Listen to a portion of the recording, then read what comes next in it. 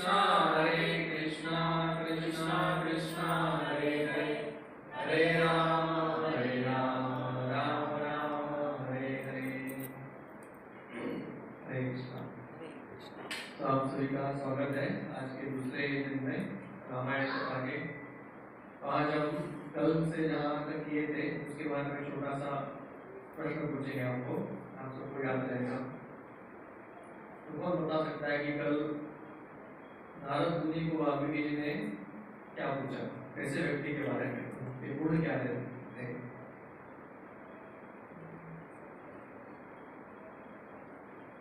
कल आप थे ना सभी? माता जी ने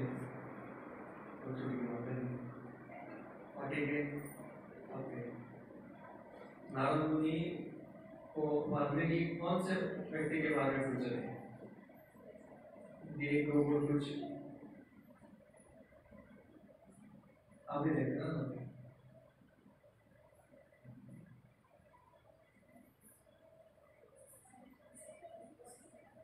कैसे रहना चाहिए, व्यक्ति कैसे रहना चाहिए?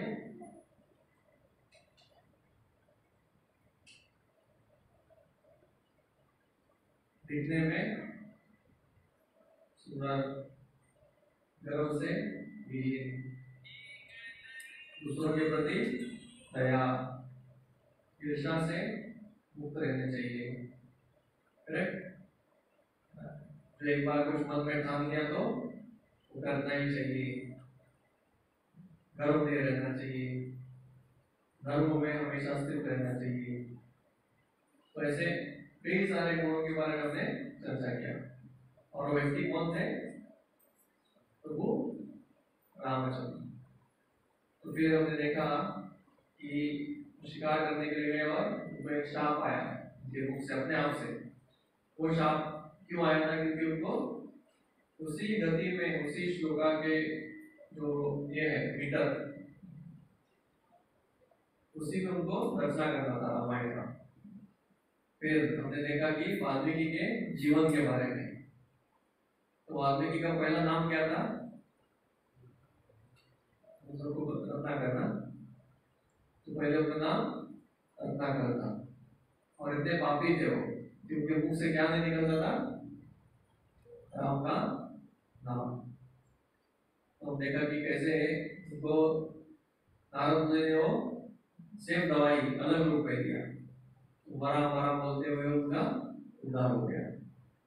फिर उनके वजह से वो बाद में रामायण का वो लिखना शुरू किए। तो फिर आज हम देखते हैं कि कैसे वो लिखे रामायण को। रामायण 24,000 पंक्तियों का है, बहुत बड़ा ग्रंथ है। तो उनको ब्रह्मा जी के आशीर्वाद से सब कुछ हृदय में प्रकाशित हो गया और उन्होंने वो सुंदर संस्कृत भाषा में और बहुत सुंदर कविता के रूप में रचना किया। और कविता या एक तरह से बोला जाए तो सॉन्ग, गाना, वो गाया जा सकता है। रामायण अगर हमको संस्कृत आता है तो हमको ऐसा इंग्लिश बुक का जरूरत नहीं, डायरेक्ट संस्कृत में बोलते थे हम लोग। और अगर आप सोचिए गाने के रूप में सुनेंगे कितना सुंदर लगेगा और हम सबको समझ में भी आएगा।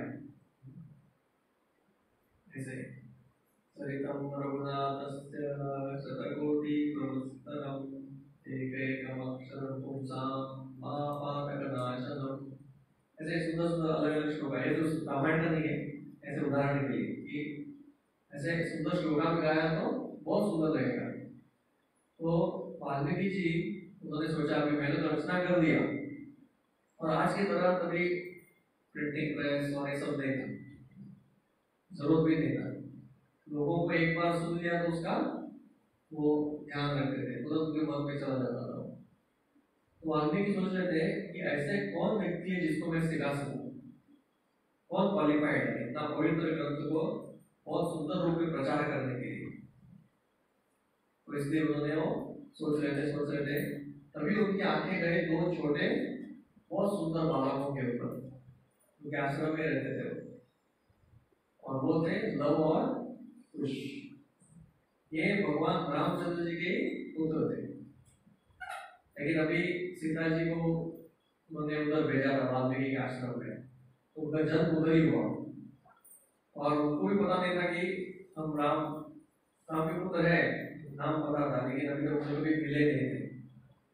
तो वैसे दोनों बच्चों को देखा तो तुरंत वाल्मीकि समझ गए इनसे परफेक्ट कैंडिडेट कोई नहीं है जो रामायण को सिखा पाए और गा पाए। बहुत होशियार बच्चे थे, दिखने में बहुत सुंदर मधुर आवाज। तो वाल्मीकि जी ने उनको पूरा ट्रेनिंग दिया, एक एक श्लोका उनको पढ़ाया बहुत अच्छी तरह से, और उसके सभी श्लोकाओं पे उनको विद्या भी दिया, और किस समय पे जोर से गाना है। कभी मतलब सिर्फ गाना नहीं है, वो पूरा इमोशन के साथ गाना था।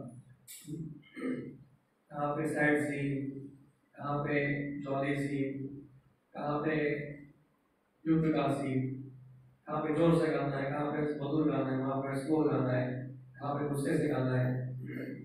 तो ये सब वाल्मीकि जी ने उनको सुनाया और सिखाया।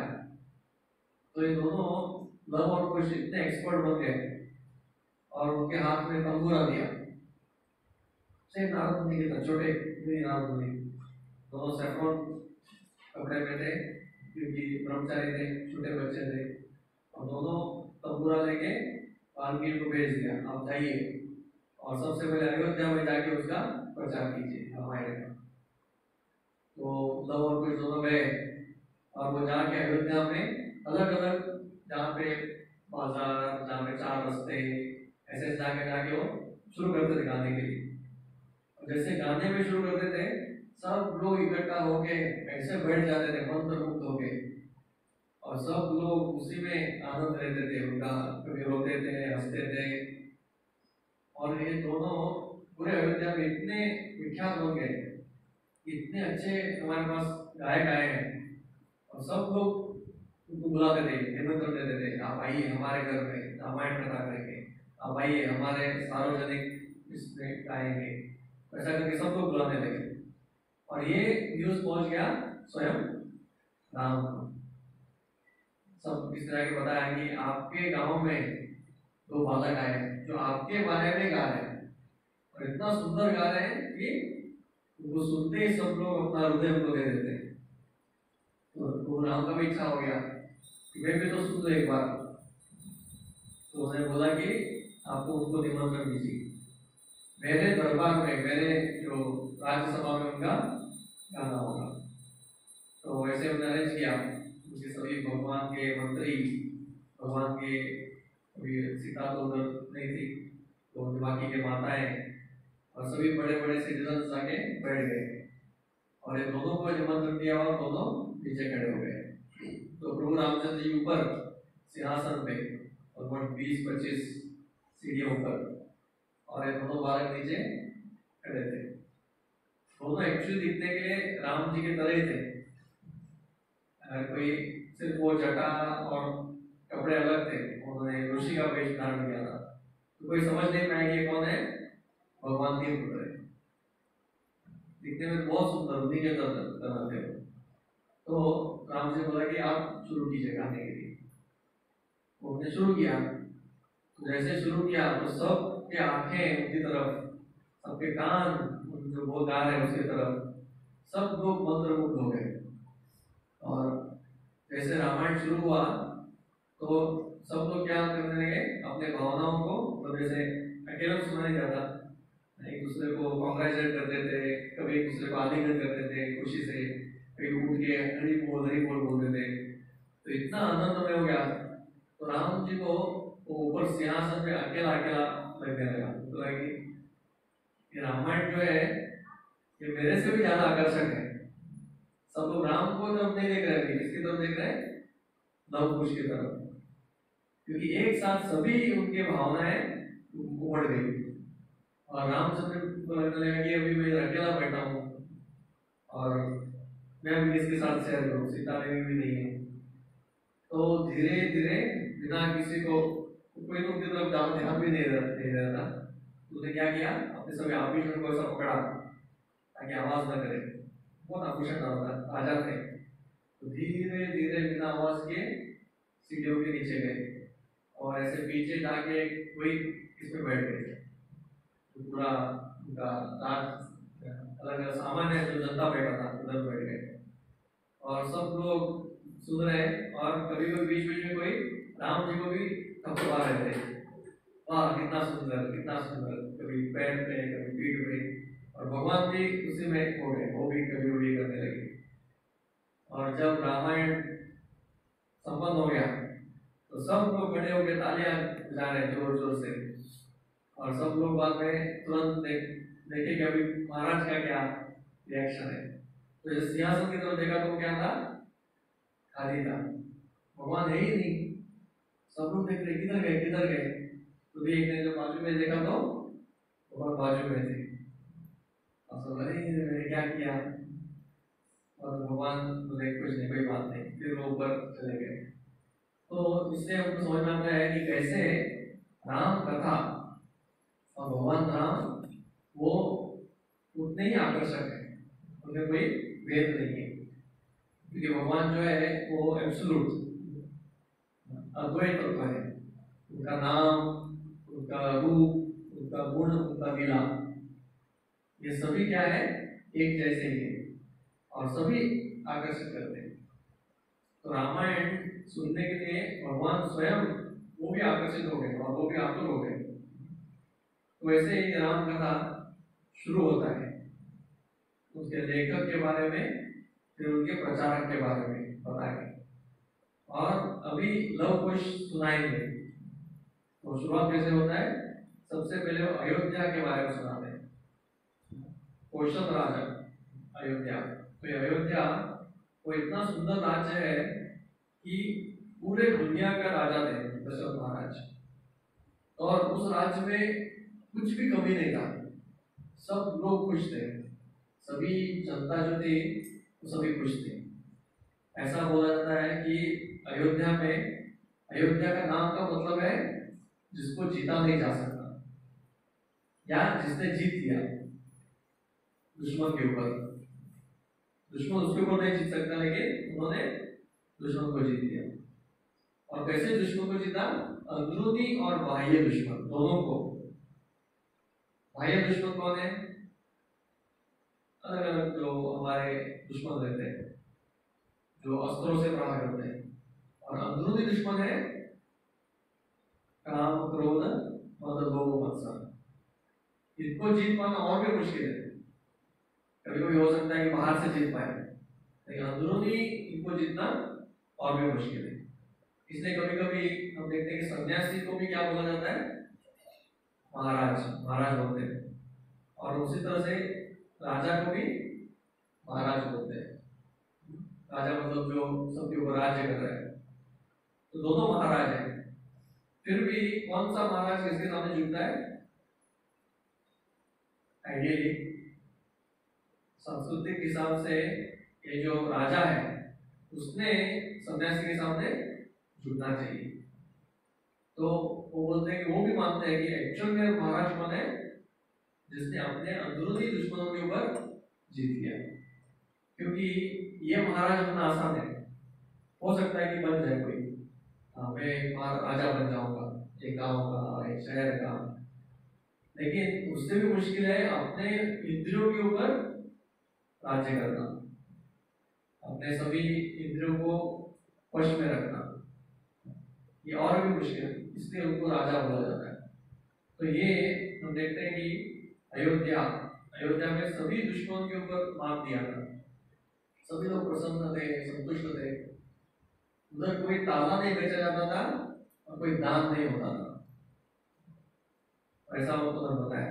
एक तरह से लगता है कि ये कुछ गलती निकाल रहे हैं अयोध्या में, जहाँ पे ताला नहीं मिलता, इतना बड़ा शहर है जहाँ पे ताला नहीं बेचते हैं, क्योंकि उधर कोई ताला का जरूरत ही नहीं था, और कोई उधर दान नहीं देता था, क्योंकि दान लेने वाला व्यक्ति ही नहीं था उधर, किसी को जरूरत ही नहीं था।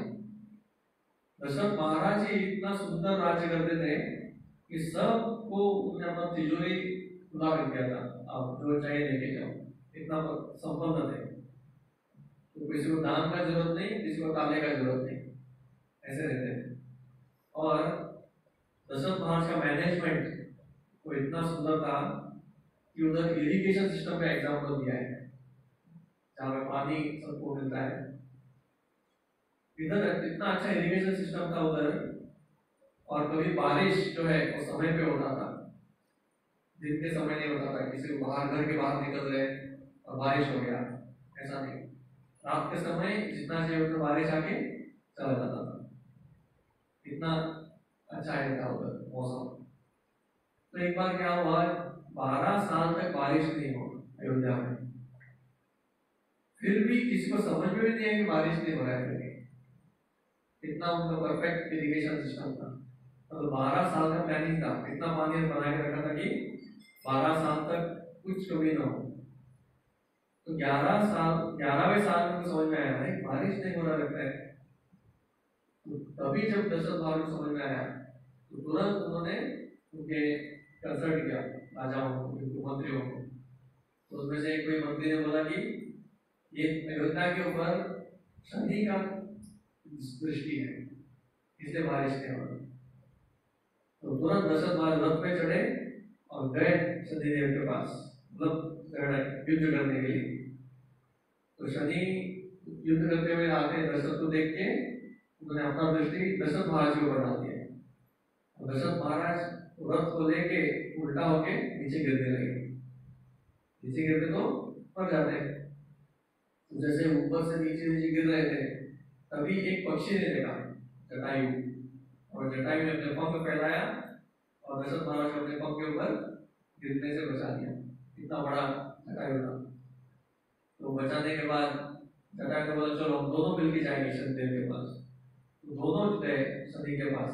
तो अभी शनिदेव बहुत प्रसन्न हो गए, तो एकदम बहुत डिटर्मिनेशन बहुत है, बोला कि नहीं आपके यहाँ बारिश हो जाएगा। तो उस समय से दशरथ महाराज का और जटायु का दोस्ती हुआ, और दशरथ महाराज ने पूछा उनको कि आपको क्या चाहिए, मुझे मेरा प्राण बचाया आपने।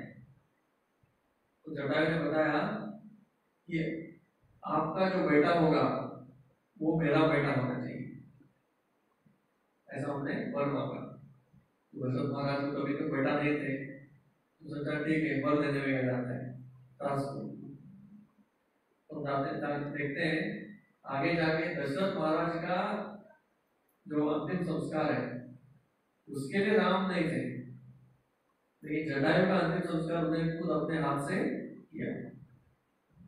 तो ये जटायु का सौभाग्य है। तो बाकी क्या हुआ, जो भगवान का अयोध्या सिटी है उनका आरंभ परफेक्ट था, पैसा उनके पास अयोध्या में कोई कमी नहीं था, गरीबी नहीं थी। उनके पास बहुत अच्छे मंत्री थे, उसमें सुमंत्र जो है सुमंत्रा वो सबसे मुख्य थे, और बाकी मंत्रियों का नाम भी है, तो इतने विशेषों में नहीं जाएंगे। उनके मंत्री बहुत सभी अच्छे थे।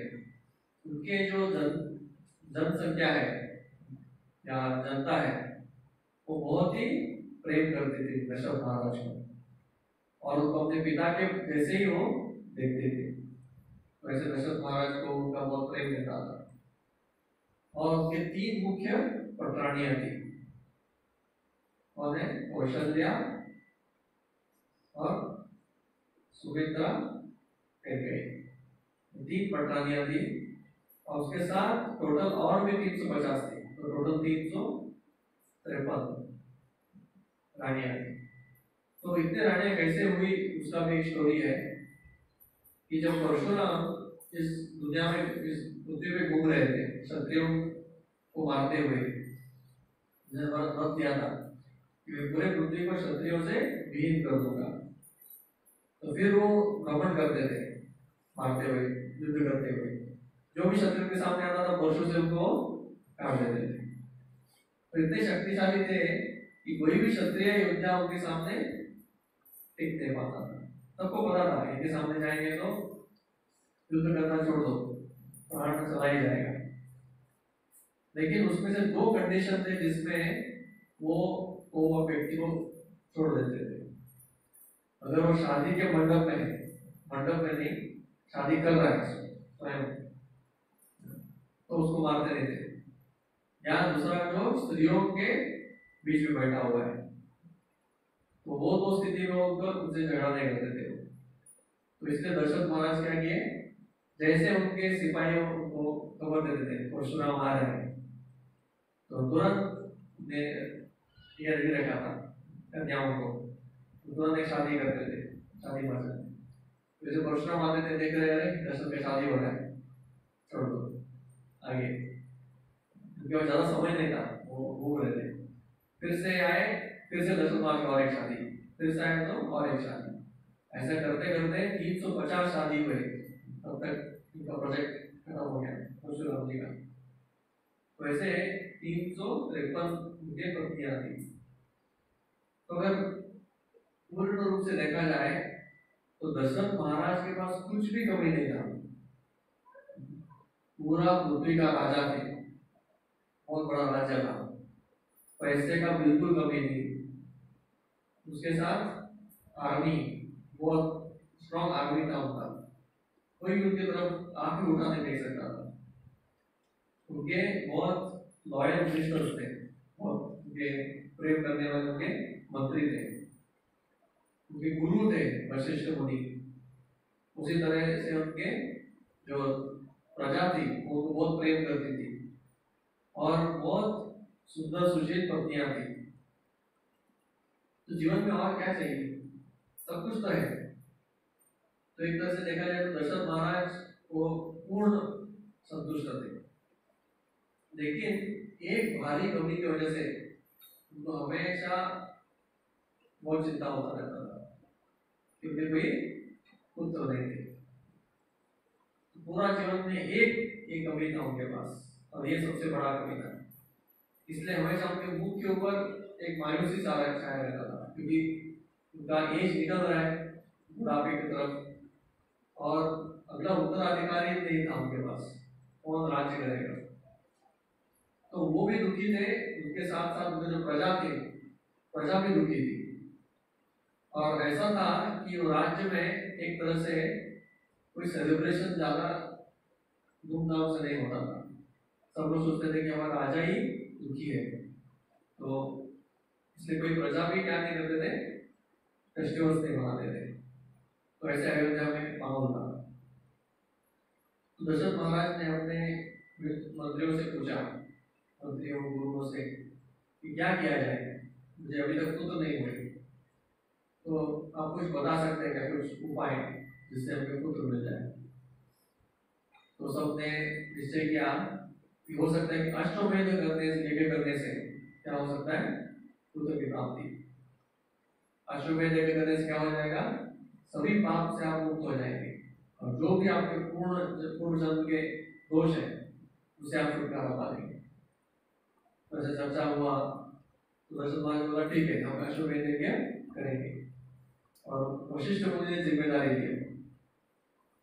उसी दिन सुमंत ऋषि ने वहां के बाद में दशरथ जी को बोले कि मैं एक बार जब सनत कुमार को मिला, जो ऋषि सनत कुमार, सनातन, तो वो महान ऋषि ने बताया था कि दशरथ महाराज को पुत्र की प्राप्ति होगी पुत्र कामेश की यज्ञ से, और अगर वो यज्ञ ऋषि श्रृंग करके, जो महान ऋषि है वो करेंगे, तो वो सफल हो जाएगा। तो दशरथ महाराज ने सुना तो बहुत खुश हो गए। तो ऋषि श्रृंग को क्यों ना बुला जाए, वो मेरे लिए यज्ञ करेंगे। तो ऋषि श्रृंग जो है एक अद्भुत ऋषि थे, तो नाम ही क्या था, ऋषि श्रृंग। श्रृंग मतलब जिनके सिंह है। तो इनका जन्म ही ऐसा था, एक्चुअली बचपन से उनके दो सिंह थे उनके सर के ऊपर, क्योंकि पिता क्या थे, ऋषि थे, लेकिन उनकी माँ एक हरण से पैदा हुए थे। मतलब कोई अलग स्टोरी है, उसमें नहीं जाएंगे। एक अप्सरा से कुछ तो ये हुआ, उसने वो माँ बनने का उसने अस्वीकार किया अप्सरा, फिर वो इसको गर्भ दिया गया, इसको एक सिंह को। वैसे इनका जन्म हुआ था। ऋषि श्रृंग जो थे उनके पिता इतने महिलाओं से ये हो गए थे, मतलब नाराज हो गए थे, उन्होंने बोला कि मेरे पुत्र को मैं कभी भी एक स्त्री का मुख देखने को ही नहीं दूंगा, इसको मैं बड़ा ऋषि बनाऊंगा। सिर्फ बंद में रखते थे उसको, तो इतना पहला था कि हमेशा वन में रहते थे, उसको वन से बाहर निकलने नहीं देते थे, और कोई भी स्त्री उसके पास नहीं जा सकती थी। तो ऋषि शृंग ने काफी लंबे समय तक एक स्त्री को नहीं देखा था, ना ही उसने कुछ भोग करने का कोई साधन देखा था। पूरा तपस्या में लीन थे, मंत्र पाठ, तपस्या, इंद्रियों का निग्रह, ऐसे इसमें थे। तो एक बार क्या हुआ कि दशरथ महाराज के जो एक दोस्त थे, उनका नाम था रोमपाल। तो दशरथ महाराज ने बहुत सालों पहले ये महाराज को अपनी पुत्री इसमें दिया था, एडॉप्शन। तो उनका नाम था शांता। तो रोमपाल जो महाराज थे, उनके राज्य में भी बहुत सालों तक बारिश नहीं हुआ। तो बारिश नहीं होने की वजह से वो भी चिंतित हो गए कभी। तो बोले कि अभी क्या करें। तो उनको बोला गया, अगर ये ऋषि शृंग जो है वो आपके राज्य में पैर रखते हैं तो आपके राज्य में बारिश हो जाएगा। तो ऋषि शृंग इतना शुद्ध थे। तो फिर रोमपाल ऋषि ने बोला, ठीक है, कैसे लाएंगे, क्योंकि उनकी जो पिता है वो उनकी तरफ भेजते ही नहीं, और अगर उनके पास जाएंगे भी तो हमको शाप दे देंगे। बहुत मुश्किल प्रोजेक्ट है। फिर भी ये राजा ने बोला, हम कुछ तो अरेंजमेंट करते हैं। तो उन्होंने थोड़े जो ये डांसिंग गर्ल्स, उनको बोला कि आप जाओ, उनको मोहित करके इधर लेके आओ, और आपको बहुत कोशिश देंगे अगर आप ले आ पाए। तो सोचा ठीक है, कुछ तो करते हैं। तो ये सभी जो स्त्रियां थी, उन्होंने पुरुष का वेश था, ऋषियों का थी स्त्री, लेकिन उन्होंने ऋषियों का वेश था। और उन्होंने ऑब्जर्व किया कि इनके पिताजी कब जाते हैं और कब आते हैं।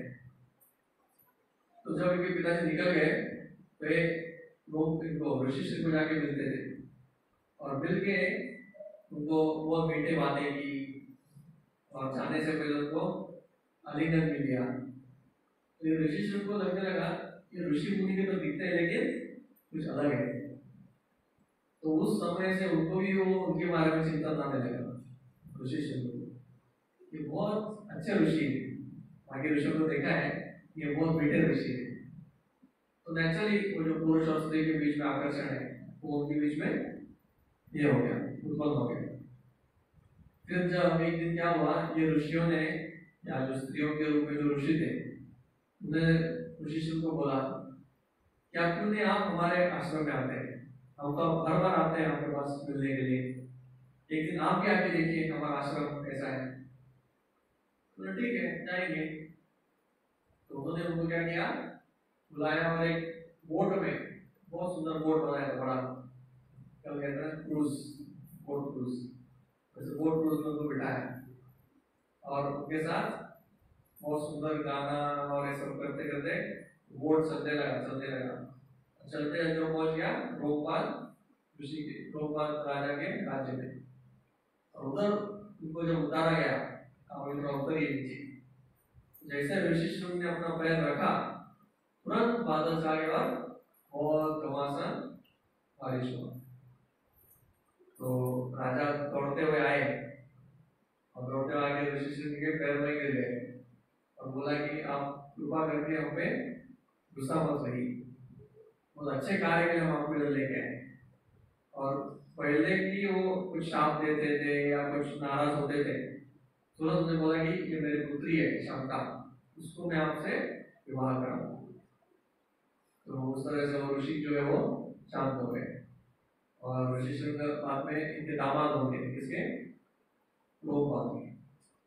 और उसी रूप में एक तरह से देखा जाए तो दशरथ महाराज के भी वो दामाद है, क्योंकि ओरिजिनली शांता उनकी पुत्री थी। तो दशरथ महाराज ने बोला कि अब मेरे दामाद से हम यज्ञ कराएंगे, पुत्र कामेश के लिए। तो जाके उन्होंने संदेशा भेजा रोमपाल महाराज को कि आप कृपा करके अपने दामाद को भेजिए यज्ञ के लिए। तो फिर वो राजी हो गए रोमपाल महाराज, और आगे दशरथ महाराज को मिले। लेकिन दशरथ महाराज को बोले कि आप पहले अश्वमेध यज्ञ कीजिए। अश्वमेध यज्ञ से क्या होगा, आपके सभी पाप नष्ट हो जाएंगे। उसके बाद हम पुत्र कामेष्टि यज्ञ करेंगे। तो दशरथ महाराज ने बोला ठीक है, जैसे आप कहें।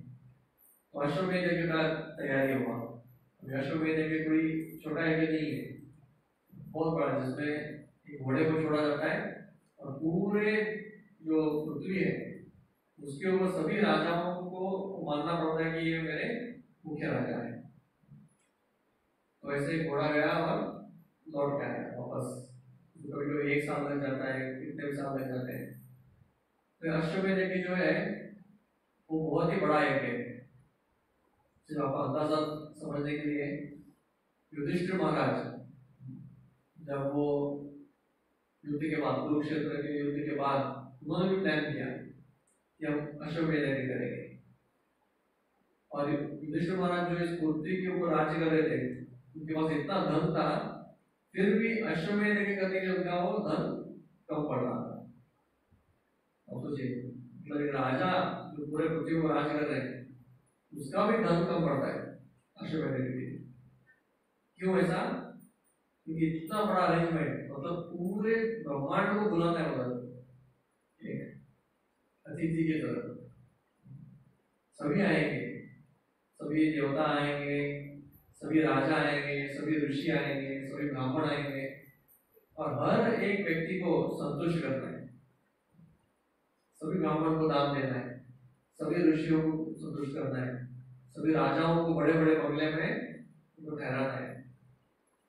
अगर एक भी मिस्टेक हुआ, एक भी व्यक्ति को अगर खाना नहीं मिला या किसी को दान नहीं मिला, कोई नाराज हो गया कुछ कमी की वजह से, तो वो यज्ञ क्या हो जाता है? अब तो कितना बड़ा मैनेजमेंट, सालों साल तक का मैनेजमेंट है। हम लोग एक छोटा सा एक प्रोग्राम करने के हमको इतना प्रॉब्लम होता है। ये अश्वमेध यज्ञ मतलब पूरा का पूरा मैनेजमेंट। तो ऐसे दशरथ महाराज ने कंप्लीट किया और उसके बाद पुत्र कामेष्टि यज्ञ शुरू हुआ। तो पुत्र कामेष्टि यज्ञ मतलब उसमें ऋषि ने लिख दिया और उन्होंने आहुतियां डाली। बहुत सुंदर यज्ञ कुंड बनाया, बहुत बड़ा यज्ञ का धुआं निकला, और सभी आहुति होने के बाद जब फाइनली उन्होंने एक आहुति डाला, वो आहुति में एक बहुत सुंदर व्यक्ति प्रकट हुए और उनके हाथ में था एक कलश, जो कलश इतना तेज में था, और उसमें वो कलश लेकर उन्होंने दशरथ महाराज को दिया। ये कलश लीजिए, इसमें है अमृत का खीर है, और सभी देवता आपके ऊपर प्रसन्न है। क्या होगा? ये यज्ञ से, एक पिलाने से आपके जो प्राणियां हैं सभी गर्भवती हो जाएंगी। तो ऐसे उनको वो खीर दिया गया। तो जब ये सब हो रहा था तो रामायण थोड़ा एक दूसरे दिशा में जाता है, क्योंकि हीरो प्रकट होने से पहले किसका प्रकट होना चाहिए? विलन। विलन कौन है, उसके ऊपर हीरो का शक्ति समझ में आता है। अगर हिरण्यकश्यप का गुणगान किया जाए, एक्चुअली देखा जाए तो नरसिंह देव का थोड़ा सा श्लोका में हिरण्यकश्यप का बारे में बहुत कुछ है। 3-4 अध्याय जो है भागवतम में, हिरण्यकश्यप वो कैसे तपस्या किए, कैसे राज्य बने, कैसे उन्हें तकलीफ दिया, वो सब है। उसके बाद नरसिंह देव आते हैं और ऑपरेशन सक्सेस करके चले जाते हैं। लेकिन हिरण्यकश्यप का शक्ति जानने से हमको नरसिंह देव का अनलिमिटेड शक्ति है वो समझ में आता है। तो ऐसे ही ये सभी जो देवता थे वो वैसे जब ये खीर लेके आया गया, तभी वो उनके मन में ही चल रहा था कि हमारा उद्धार कैसे होगा।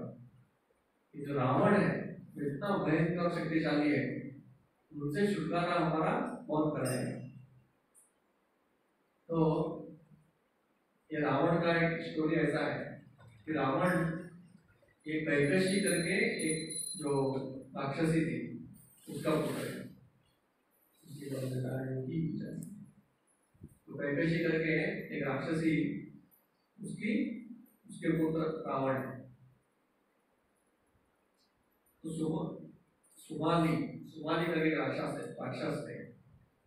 तो क्या हुआ, सभी राक्षसों को परास्त किया गया था और राक्षस कुल जो है बहुत वीक हो गया था, कोई शक्तिशाली नहीं थे, उनके पास राज्य नहीं था। तो सुमाली ने सोचा कि अगर मुझे राक्षसों को फिर से बहुत शक्तिशाली करना है तो क्या करना पड़ेगा, एक ब्राह्मण का शक्ति ग्रहण लेना पड़ेगा, ब्राह्मण से शक्ति लेना पड़ेगा, क्योंकि ब्राह्मण बहुत तेज रहता है। तो उन्होंने क्या किया, ऐसा सोचा कि मेरे पुत्री को मैं एक ब्राह्मण से शादी कराऊंगा और उनसे जो पुत्र होगा, जो राक्षस पैदा होगा, उसमें दोनों गुण रहेंगे। क्या गुण रहेंगे, ब्राह्मण का तेज और राक्षसों का वृत्ति। तो जब दोनों पावर कंबाइन हो जाएंगे तो क्या हो जाएगा, एक महाराक्षस होगा। वैसे रावण को पैदा करने के लिए उसने वो सोचा, तो कैकसी का उसने शादी कराया वैष्णव करके, ये थे बहुत बड़े प्रजापति थे, राजा थे, राजा एक ब्राह्मण थे, उनसे इनका शादी हुआ कैकसी का। तो फिर कैकसी जब शादी किए तो जब ये ब्राह्मण को पता चल गया कि इनका कैसा मनोभाव है, मेरे साथ साजिश किया उन्होंने, तो उन्हें शाप दे दिया कैकसी को, तुम क्या करोगे, राक्षसों की पत्नी बनोगे, सॉरी माँ बनोगे, बहुत भयंकर राक्षस की माँ बनोगे। वैसे कैकसी छोटे हृदय में अच्छी थी, बोला पकड़ के चरण पकड़ के बोली कि नहीं नहीं नहीं, मुझे राक्षस नहीं चाहिए, मुझे अच्छे पुत्र चाहिए। तो उन्होंने बोला नहीं, मैंने शाप तो दे दिया, फिर भी मैं आशीर्वाद देता हूँ कि तुम में से एक जो होगा पुत्र वो महान भक्त बनेगा। तो ऐसा उन्होंने आशीर्वाद दिया। फिर हम देखते हैं कि ये शाप की वजह से उनका पहला पुत्र हुआ, उसका नाम हुआ रावण। बहुत भयंकर रूप, वो पैदा होते उसके 10 सिर थे, 20 हाथ। आप सोचिए कैसा पैदा हुआ रहेगा वो। और जब पैदा हुआ और इतना जोर से रोया वो कि पूरा जो ब्रह्मांड है वो कांपने लगा, जिससे उसका नाम भी हुआ रावण। रावण एक तो बहुत जोर से जो रोता है, या दूसरा मीनिंग है जो दूसरों को रुलाता है, तो उसका नाम ही था जो दूसरों को रुलाएगा जीवन भर, तो ऐसा रावण। फिर दूसरा पुत्र पैदा हुआ, जिसका नाम हुआ विभीषण, कुंभकर्ण।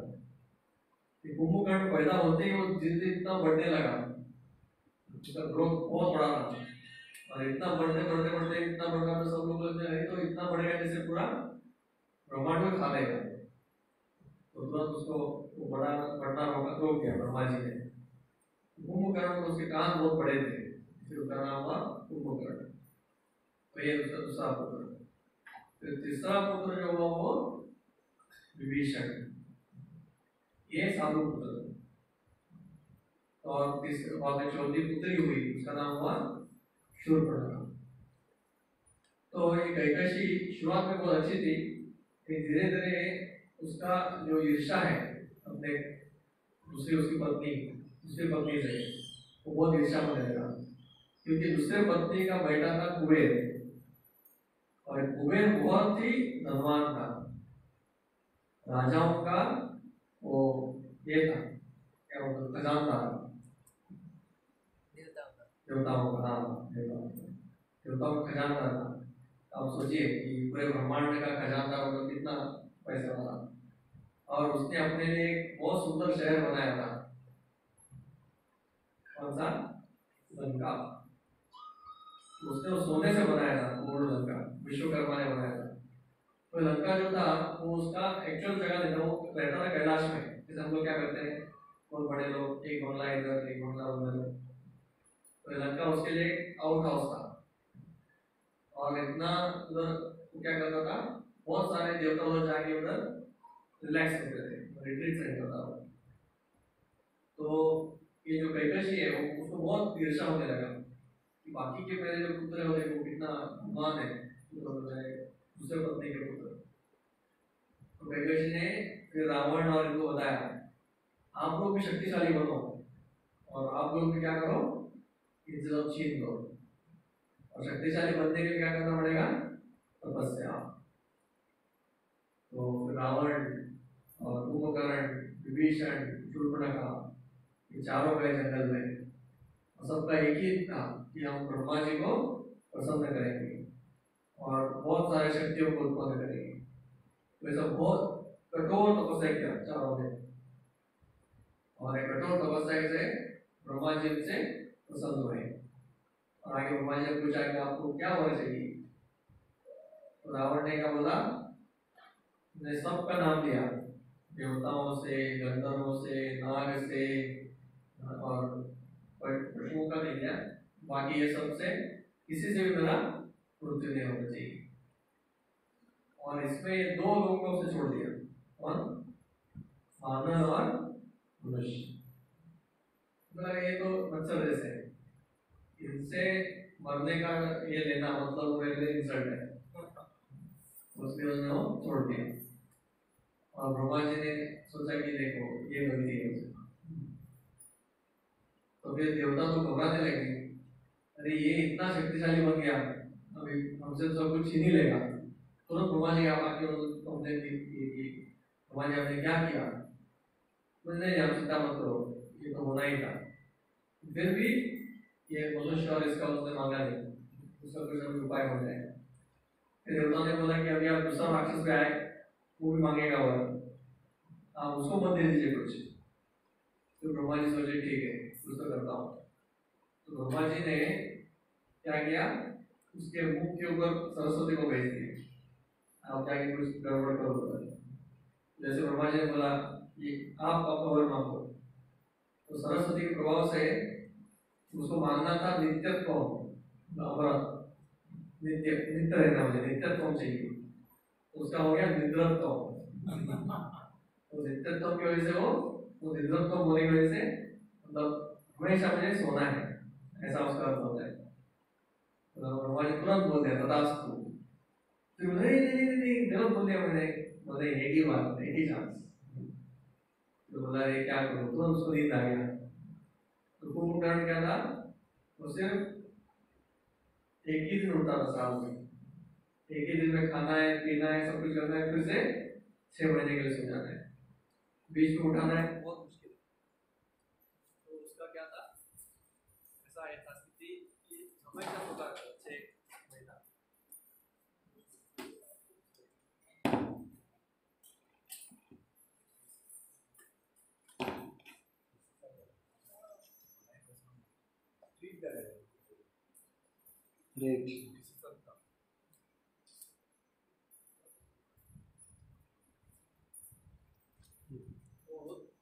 हरे कृष्ण, हरे कृष्ण,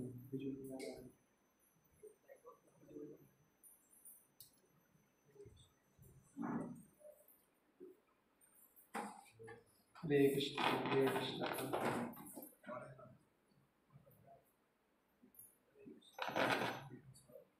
हरे कृष्ण, हरे कृष्ण, हरे कृष्ण।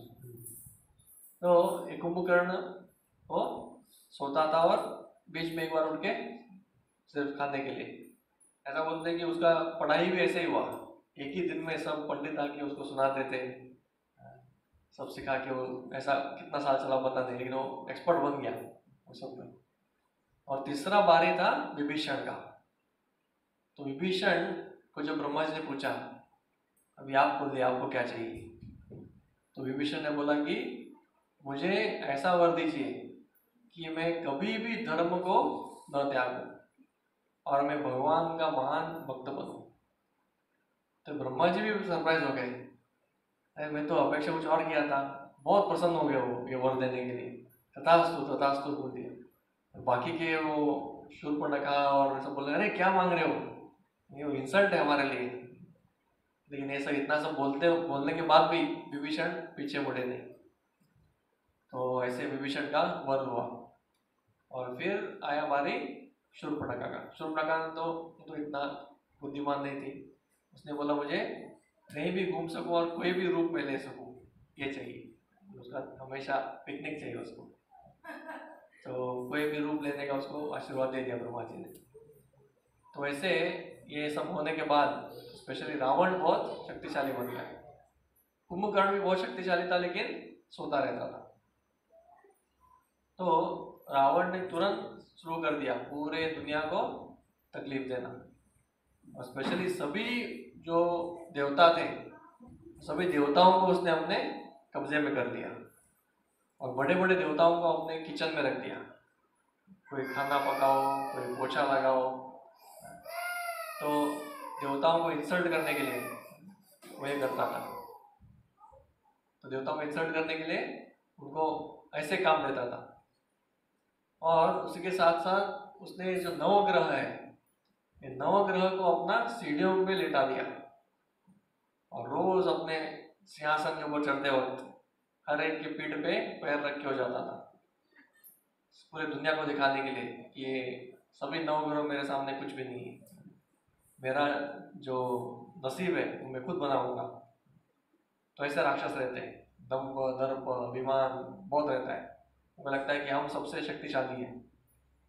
तो ऐसे ये सभी देवता जो है ये पूरे पूरे अपने पोस्ट से गिर गए एक तरह से, और रावण का सुनना पड़ता था उनको।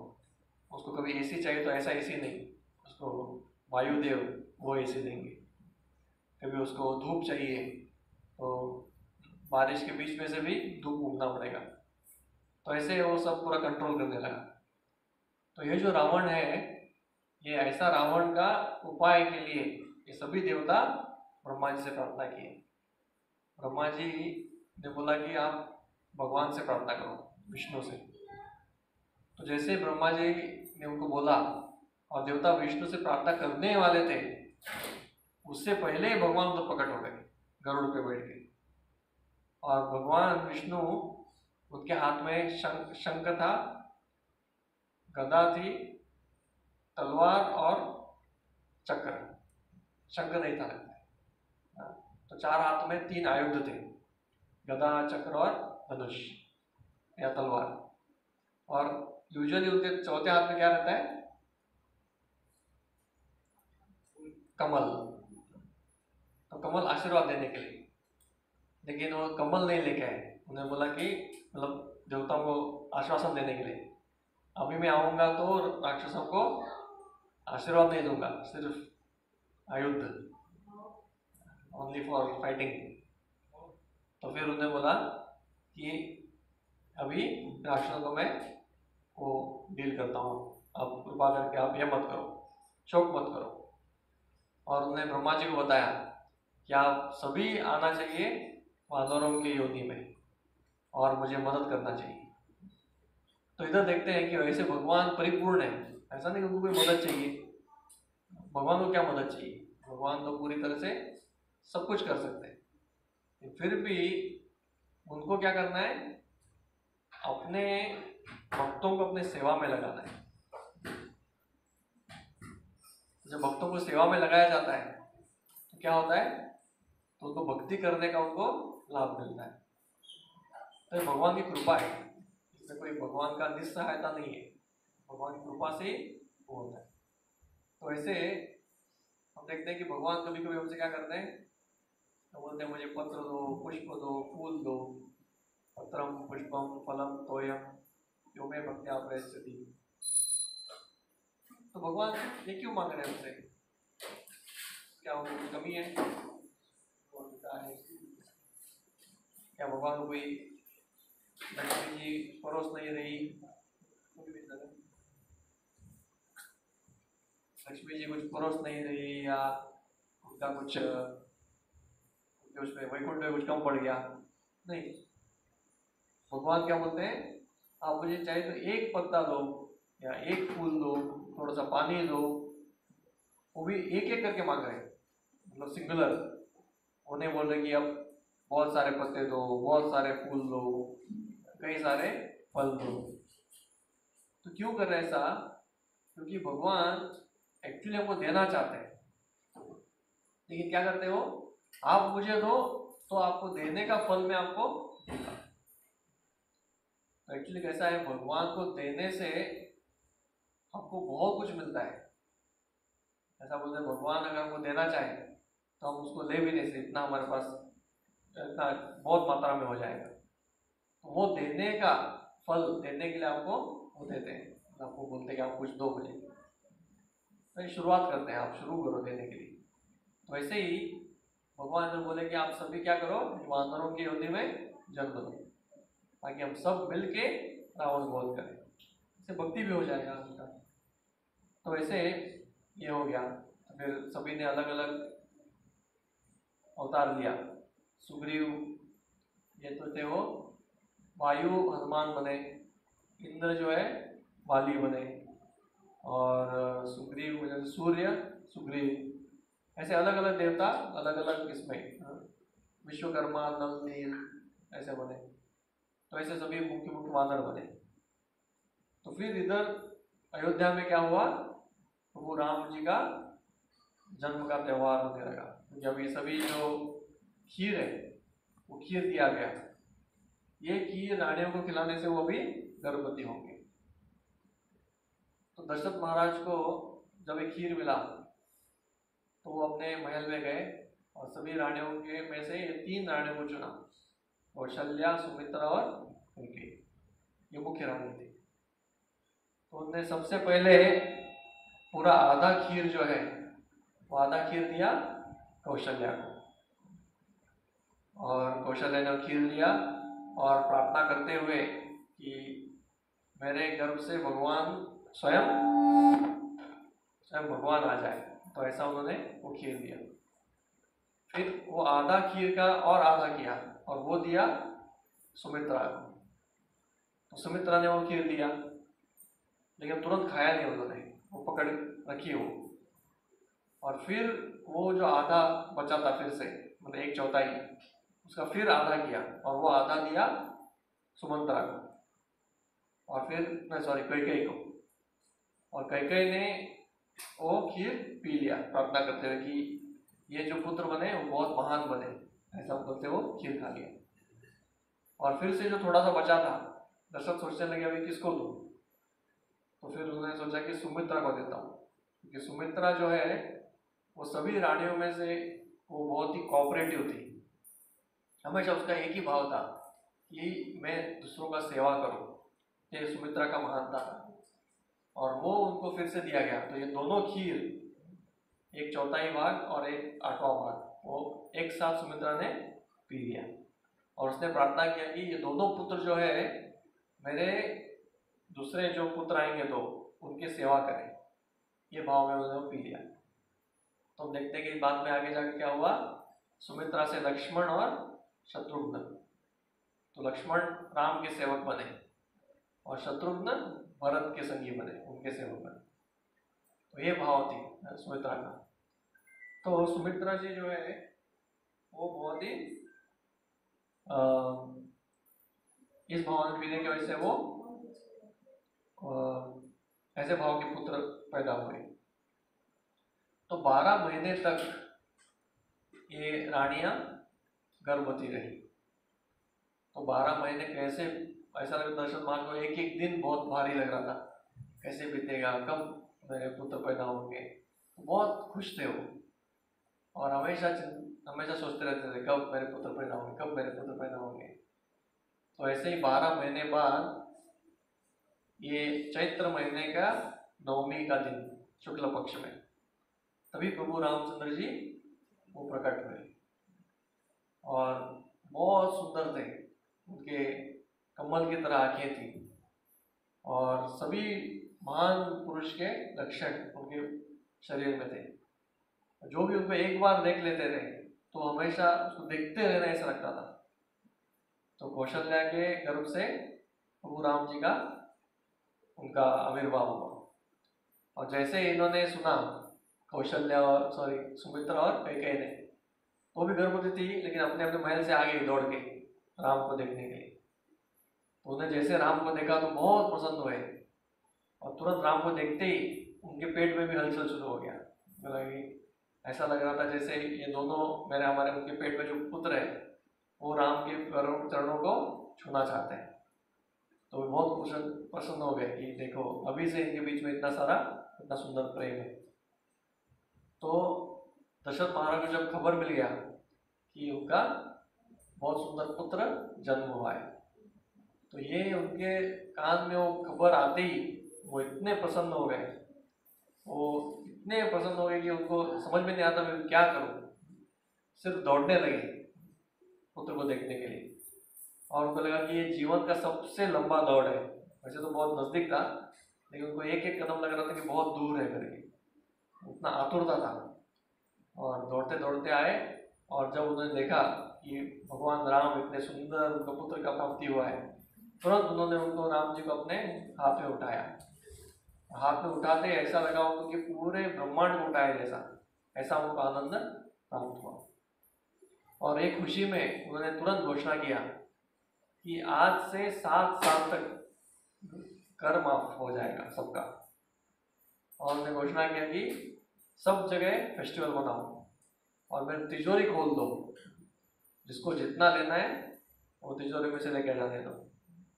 और फिर उन्होंने घोषणा की सभी आज से हमारे इसमें कोई युद्ध नहीं होगा, मतलब थोड़े सालों के लिए युद्ध बंद, मतलब कोई अस्त्र शस्त्र नहीं चलाएगा। और सभी इनको छोड़ दिया जो प्रिजनर्स थे, जो उनके साथ उनके जेल में, उनको मुक्त कर दिया। सभी ब्राह्मणों को बहुत सारा पैसा दे दिया। उनको समझ नहीं आता मैं क्या करूँ, उनको इतना खुशी था कि देते जाओ देते जाओ। तो ये खुशी प्रकट करने का एक तरीका है। जब खुद को कुछ अच्छा मिलता है तो उस चीज़ को क्या करना चाहिए, बांटना चाहिए। वो हमारी वैदिक संस्कृति है। आजकल कैसा है कि मुझे कुछ मिल गया तो क्या करो, उसको अपने पास रख लो, इसको दिखाओ मत या खुद एंजॉय करो। नहीं, लेकिन पहले कैसा था, कुछ आप सौभाग्यवान बन गए तो सौभाग्य को क्या करना चाहिए, बांटना चाहिए, ताकि बाकी लोग भी सौभाग्यवान बने। तो ऐसे दशरथ महाराज वो बांटने लगे और बहुत कुछ उन्होंने उस दिन दान में दे दिया। तो फिर दशरथ महाराज जब उनके गुरु हैं वशिष्ठ मुनि, उनको बोला कि आप इनका नामकरण कीजिए। तो वशिष्ठ मुनि जब आए तो उन्होंने जब राम को देखा तो उनके मुख से अपने आप से वो नाम आ गया, राम करके। ऐसा लगा जैसे वो नाम क्या बोलते उसको, सोचना नहीं पड़ा उनको, क्योंकि वो नाम अपने आप से प्रकट हुआ। जैसे भगवान प्रकट हुए उसके साथ साथ उनका नाम भी प्रकट हो गया। उन्होंने उनका नाम दिया राम। और जब अगले दिन इनका जन्म हुआ था, लक्ष्मण भरत और शत्रुघ्न, अगले दिन दोपहर में जन्म हुआ, तो उनको भी उन्होंने नाम दिया, एक को लक्ष्मण और दूसरे को भरत और चौथे को शत्रुघ्न। तो सभी जो है ये नाम में बहुत एक संदेश है हमारे लिए। राम मतलब, इसका मतलब है जो सबको बहुत आनंद देंगे। ऐसे बोलते हैं कि रमन्ते योगिनो अनंते सत्यानंद चिदात्मनि राम पद देनासो पर ब्रह्म अभिधीयते। मतलब राम जो है वो नाम में कई सारे जो सभी योगी है वो उसमें रमनते हैं, उसमें रमते हैं। नाम ही ऐसा है कि उसमें योगियों का मन लगता है। नहीं तो योगी ने सब कुछ छोड़ दिया, लेकिन मन उनका लग गया कहाँ पे, राम के नाम में। और वो सत्यानंद है। सत्यानंद मतलब सच्चा आनंद है। बाकी इस दुनिया में आनंद जो है वो मोह का आनंद है, इल्यूजरी। लेकिन सच्चा आनंद किसमें है, राम के नाम में। और चिदात्मनि और चिन्मय नाम है वो। तो ऐसे ये जो है परम ब्रह्म को घोषित करता है राम नाम। तो राम या परम ब्रह्म का नाम है राम, जिसका मतलब है हमको वो आनंद देने वाला। तो ये राम का नाम था।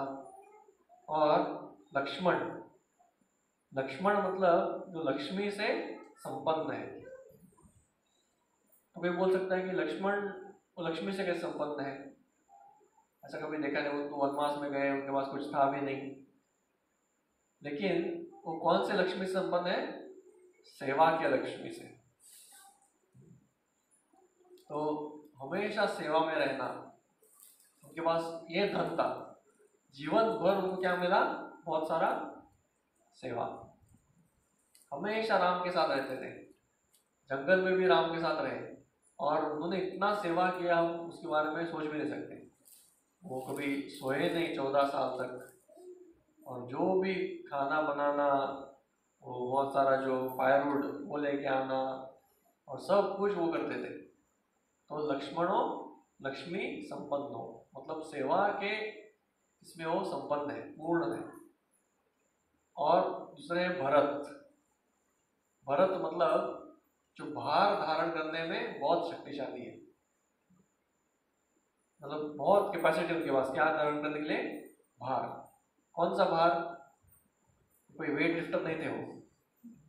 भार मतलब रिस्पॉन्सिबिलिटी, मतलब भगवान ने जो भी उनको आदेश दिए वो आदेश का पालन करना, उसका भार वो धारण की। और स्पेशली उनको न चाहते हुए भी उनको राज्य करना पड़ा। वो 14 साल राज्य नहीं करना था, वो तो बोले कि भगवान आप आइए, राज्य कीजिए, आपके जगह पे मैं वनवास जाता हूँ। लेकिन भगवान ने उनको वो करने नहीं दिया। उन्होंने बोला कि नहीं, जो हमारे पिताजी का ये कमिटमेंट है उसको पूर्ण करना पुत्र का काम है। तो मुझे ही कहीं ने मांगा है कि आप वनवास जाओ, तो धर्म में हम खिलवाड़ नहीं कर सकते। तो फिर उन्होंने उनके पादुका लेके आए और उन्होंने राज्य चलाया। तो भरत महाराज वो प्रतीक है कि जो रिस्पॉन्सिबिलिटी है वो लेते हैं, लेकिन उसके साथ जो ये आता है क्या बोलते उसको, भोग, वो भोग को उन्होंने नहीं दिया। तो राज्य चलाया उन्होंने, लेकिन राज्य का जो भी उनको ये मिला, सुविधाएं मिली, उनको उन्होंने स्वीकारा नहीं। हम देखते हैं कि वो गांव के, शहर के बाहर रहे, नंदीग्राम में सोते थे। कहाँ पे? वो पृथ्वी के नीचे गुफा बना के अंदर सोए, उसके साथ साथ जमीन पे सोते थे और खाते थे। वो बोलते भगवान राम क्या खा रहे हैं? कंदमूल खा रहे हैं, तो मैं तुमके बराबरी का भी नहीं खा सकता। तो कंदमूल तो सबसे सिंपल चीज है। उससे भी नीचे क्या है? मगर मैं सिर्फ क्या खाऊंगा? बाजरा को गाय के इसमें गोमूत्र में भिगा के वो खाते थे। सुबह सुबह 2 बजे उठते थे, मतलब भगवान उठने से पहले ही उठना चाहिए। तो ऐसा उन्होंने तपस्या किया। तो हम यूजुअली हम क्या करते हैं इस दुनिया में? उल्टा करते हैं। हमको सुविधाएं चाहिए और उसका जिम्मेदारी नहीं चाहिए। जिम्मेदारी कम, लेकिन पोस्ट का नाम ज्यादा। तो ब्लेम दूसरों को देंगे, नहीं नहीं ये मेरा काम नहीं था, उसने करना चाहिए था। जिम्मेदारी के समय दूसरों को ब्लेम। और जब प्राइज मिलना चाहिए या स्टेज पे बुलाना चाहिए, मान सम्मान है, तभी लोग पूछते हैं अरे मेरा नाम क्यों नहीं, मेरा नाम आना चाहिए था। तो वैसे हम लोग जब क्रेडिट लेना है या जब हमको कुछ ये मिलता है मान सम्मान, तभी उसमें पहले जाते हैं। और जब सेवा या जिम्मेदारी आती है तो हमारा नाम लास्ट आना चाहिए। तो भरत महाराज के पूर्ण विपरीत ऐसे उन्होंने दिखाया। और फिर शत्रुघ्न। शत्रुघ्न मतलब शत्रुओं पे भारी है, बहुत सारे शत्रुओं को उन्होंने परास्त कर दिया। लेकिन रामायण में कहीं भी इतना नहीं आता कि उन्होंने बहुत सारे युद्ध किए और शत्रुओं को मारा, राक्षसों को मारा। सिर्फ एक ही राक्षस को मारने का उनका उल्लेख है, लवणासुर। मथुरा में जाके उन्होंने लवणासुर को मारा। फिर भी उनको शत्रुघ्न क्यों बोला गया? जैसे ही उन्होंने बहुत सारे शत्रुओं को परास्त कर दिया। ऐसा बोलते हैं कि उन्होंने जो भगवान के निकट होने का जो अटैचमेंट है, सबको लगता है ना मैं भगवान के निकट जाऊं, भगवान का संग करूं, भगवान का दर्शन लूं, उसको उन्होंने, वो आकर्षण को उन्होंने हरा दिया और उन्हें सेवा किया किसका? भरत महाराज का। तो उन्हें दिखाया कि भक्तों, भगवान का सेवा से भी ज्यादा इंपॉर्टेंट है भगवान के भक्त का सेवा। तो जो चारों है इसमें से सबका मीनिंग ऐसा है। राम स्वयं धर्म के प्रतीक है और कभी भी धर्म से हटे नहीं, और उनके फॉलोअर है लक्ष्मण। लक्ष्मण ने दिखाया कि कैसे वपु सेवा। वपु सेवा मतलब भगवान की शारीरिक सेवा कैसे किया जाए। हमेशा वो कभी भी भगवान से अलग नहीं हुए, बचपन से हमेशा भगवान के साथ रहते थे। उनके साथ खेलना, उनके साथ उठना, उनके साथ बैठना, कभी भी उनकी आंखों के सामने से वो भगवान को दूर नहीं भेजने देते। जब वनवास हुआ तभी भी वो बोले कि मैं आपके बिना नहीं रह सकता, और भगवान राम को भी पता था कि ये मेरे बिना नहीं रह सकते, तो उनको लेके गए। वापस आए तो भी वो राज्य उनके साथ थे। तो हमेशा भगवान के साथ रहना और भगवान से 24 घंटे बिना कोई रुकावट का सेवा, वो कैसे करना है उन्होंने दिखाया। और उसके साथ भरत महाराज, वो भी भगवान के सेवक थे, लेकिन उन्होंने दूसरा कैटेगरी दिखाया, भगवान के वचनों का कैसे, आदेश का पालन कैसे करना है, उसको बोलते वाणी सेवा। तो वो भरत महाराज ने दिखाया। अगर लक्ष्मण को बोला जाए कि आप वनवास मत आओ, ये तो इंस्ट्रक्शन हो गया, लक्ष्मण वो नहीं मानेंगे, नहीं मुझे आना ही है, बस हट करके गए। लेकिन कभी भी उन्होंने हमेशा उनका शरीर का सेवा किया। एक भरत महाराज को लक्ष्मण इन्होंने भेज दिया भगवान रामचंद्र ने, तो वो चले गए। तो ये है वाणी का सेवा। तो गुरु दो तरह से गुरु का सेवा होता है, वैसे भगवान का भी कैसे है, एक वपु सेवा और एक वाणी सेवा। वपु सेवा मतलब क्या, शरीर का सेवा, खाना बना के देना, कपड़े धोना, और कौन से मसाज करना, और बहुत सारे जो उनके शरीर के रिलेटेड है। और वाणी सेवा क्या है, उनके आदेशों का पालन करना, जैसे प्रचार करो, जाके लोगों को पुस्तक बांटो, ये सब वाणी सेवा। तो भरत महाराज वाणी सेवा का प्रतीक है। और शत्रुघ्न क्या है, भगवान के भक्तों का सेवा। वो डायरेक्टली राम का सेवा करने नहीं गए, साथ में थे, चारों भाई तो इक्वली है, लेकिन शत्रुघ्न क्या करते थे, जो भरत महाराज मुझे बोलेंगे वो मैं करूंगा। डायरेक्टली राम का उन्होंने ये नहीं किया। तो ये भी एक बहुत महान सेवा है, क्योंकि सब लोग जाके वाणी सेवा नहीं कर सकते, सब लोग जाके वपु सेवा नहीं कर सकते, लेकिन भक्तों का सेवा कर सकते। तो वैसे ये चारों जो महान भाई हैं, उन्होंने हमको सिखाने के लिए ये अलग अलग रोल्स भी उन्होंने दिए। तो ऐसे एक लास्ट हम एक चर्चा करेंगे कि भगवान आने के कारण क्या थे। एक तो भगवान अवतार लेने के कारण थे, मुख्य रूप से 4 हैं, उसमें से 2 बाह्य कारण है। एक तो असुरों को मारना और अपने भक्तों का रक्षा करना। गीता में भगवान बुद्धि यदा यदा ही धर्मस्य ग्लानिर्भवति भारत, असुरों को मारना, परित्राणाय साधूनां विनाशाय च दुष्कृतां। भक्तों को मैं आशीर्वाद देने के लिए आता हूँ और असुरों को मारने के लिए। तो उसी तरह से रावण और ये सभी जो उनका फैमिली था उसको मारना था, और देवताओं का और ऋषि मुनियों का रक्षा करना था। ये बाह्य कारण। और अंदरूनी कारण है कि रह रहे थे और एकांत में वो एक दूसरे के साथ समय बिताते थे। तो लक्ष्मी सोचने लगी कि ये भी कितने सौभाग्यशाली है, देखिए एकांत में समय बिता रहे हैं। इनमें हम लोग वैकुंठ में इधर इतने सारे भक्त हैं, उन्होंने नारायण को बताया कि आपके इतने सारे भक्त हैं, हमेशा आपका सेवा करने के तत्पर रहते हैं, अलग अलग रूप से सेवा, कोई आके पान देगा, कोई आके प्रसाद देगा, कोई आके, तो इतने सारे सेवा, तो हमको कभी भी अकेला समय नहीं मिलता।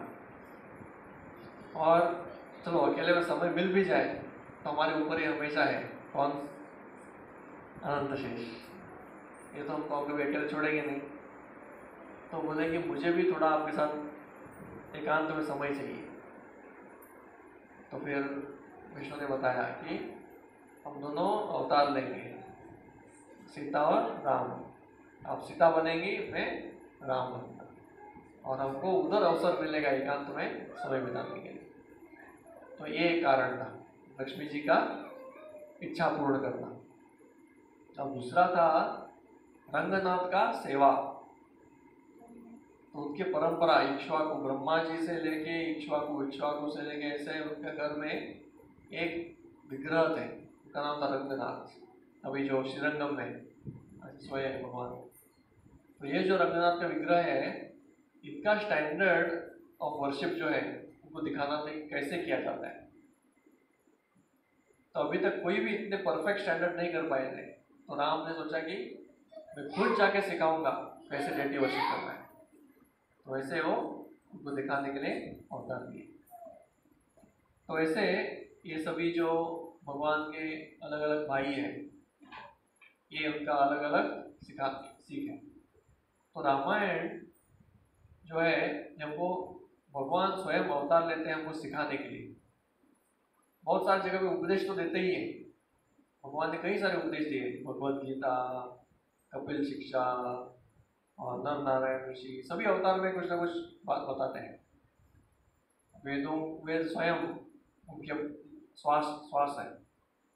तो सभी इतने सारे अलग अलग उपदेश, ये उपदेश को कैसे जीना है प्रैक्टिकली, ये दिखाने के लिए स्वयं भगवान अवतार लेते हैं, और वो अवतार में खुद अपने जीवन से वो दिखाते हैं।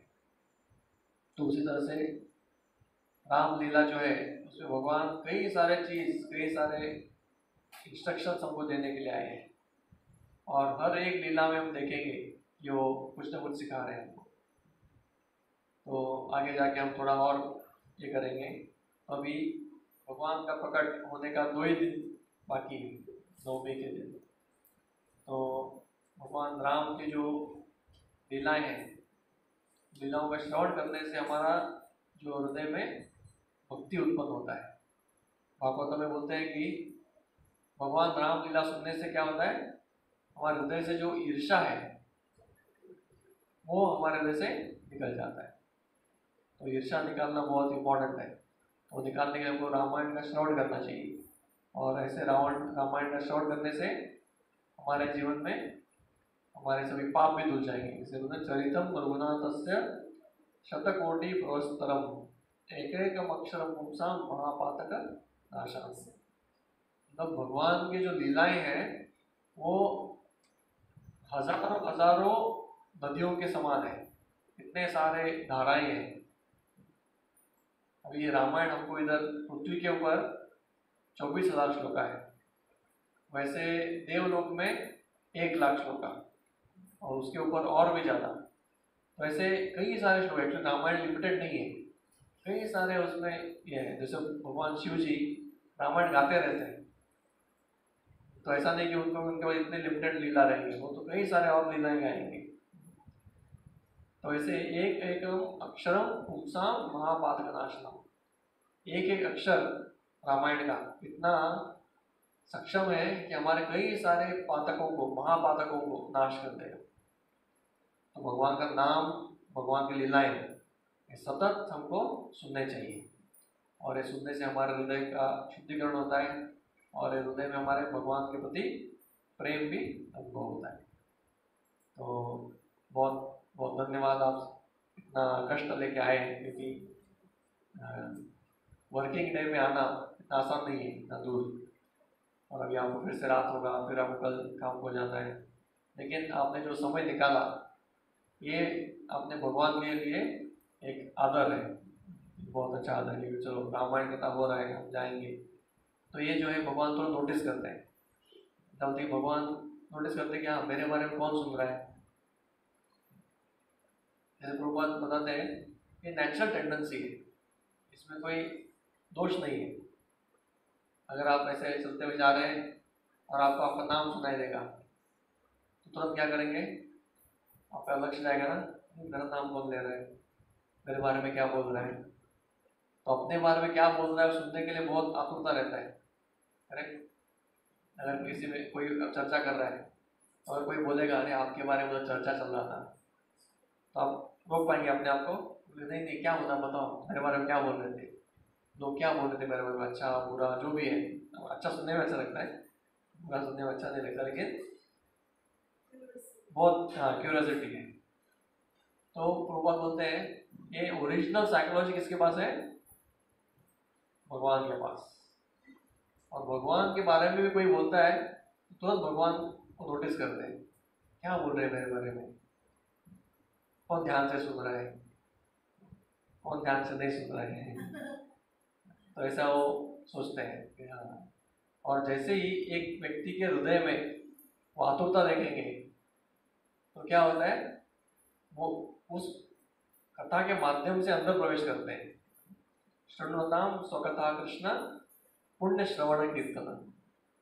तो जैसे भगवान अपना कथा सुनते हैं और उसके हृदय में आतुरता देखते हैं तो वो अंदर प्रवेश करके हमारे हृदय को साफ करते हैं। तो जितना आतुरता उतना हृदय की शुद्धि ज्यादा।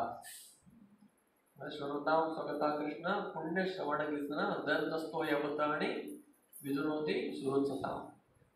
उसमें ऐसा बोलते हैं कि शुश्रूषो श्रद्धानस्य, जिसको शुश्रूषो मतलब आतुरता कितना ज्यादा है, जितना आतुरता है भगवान के बारे में सुनने का, जितना आतुरता है जपा करने का, उतना प्रोपोर्शनली हमको उसका लाभ मिलता है।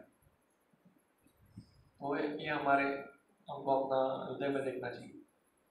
अगर कोई बोलता है कि हाँ जपा करना है और कैसे तो करके करना है, उसको वो निग्लेक्टफुली करता है, कर रहा है लेकिन इतना ध्यान से नहीं और इतना उसको मन भी नहीं लग रहा है और करने के लिए कर रहा है निग्लेक्टफुली, तो वही एटीट्यूड भगवान का भी रहेगा कि कर रहा है कैसे तो कर दे। लेकिन जो आतुरता से कर रहा है, हाँ मुझे आज बहुत अच्छा, आज सुबह सुबह मुझे उठना है, कल सुबह ध्यान से जपा करना है और बैठ के मुझे सुनने का प्रयास करना है, तो जो प्रयास करता है और जो इतना आतुरता दिखाता है उसका हृदय बहुत जल्दी साफ हो जाता है। तो ये हमारे जीवन में हमको उसका अफेक्ट मिलेगा। तो भगवान के जो लीलाएं और नाम है वो सब चिन्मय है, वो सब जानते हैं कहाँ क्या चल रहा है सब कुछ। तो इसलिए बहुत बहुत धन्यवाद, आप आए, आपको बहुत उसका लाभ भी होगा। हरे कृष्ण।